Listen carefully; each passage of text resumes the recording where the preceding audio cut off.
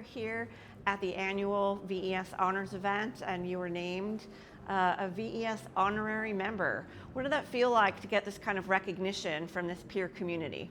I don't think there's any better recognition than from your peers.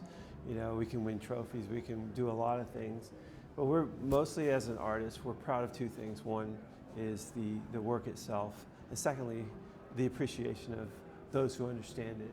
So for me personally, this is such a thrill and an honor to be recognized by people who sort of went down the same path of understanding how these things work. And so there's no better judgment than those who actually know how to do it themselves. Great. So you've built your professional life, your career, working in this industry. Mm-hmm. What spoke to you about working in film and visual effects, and what still speaks to you? Ooh, that's a long story. So I grew up in a world where my father introduced me to older films, classics, you know, directors like John Ford and Frank Capra.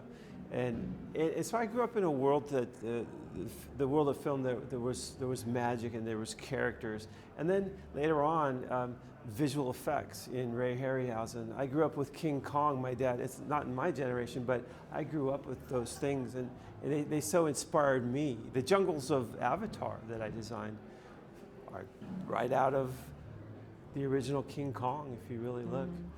So for me, the value of visual effects, especially becoming a production designer and then a director, you speak a certain language, and I can communicate much easier having been through so much in visual effects. I can relate that to problems that I have with production design or directing. I'm sure you've accumulated a lot of lessons learned and go-to advice. And what would you say to young people or aspiring practitioners and filmmakers about being successful in the field?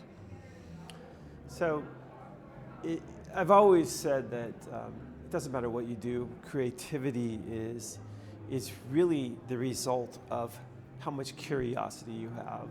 And in other words, if I want to do something well, if I want to paint a picture, I have to understand what I'm doing. If I want to make music, everything has a reason. And so curiosity is super important to going through life and managing the micro details that nobody else cares about. But those are really valuable bits of information that when you put them together, they become something creative.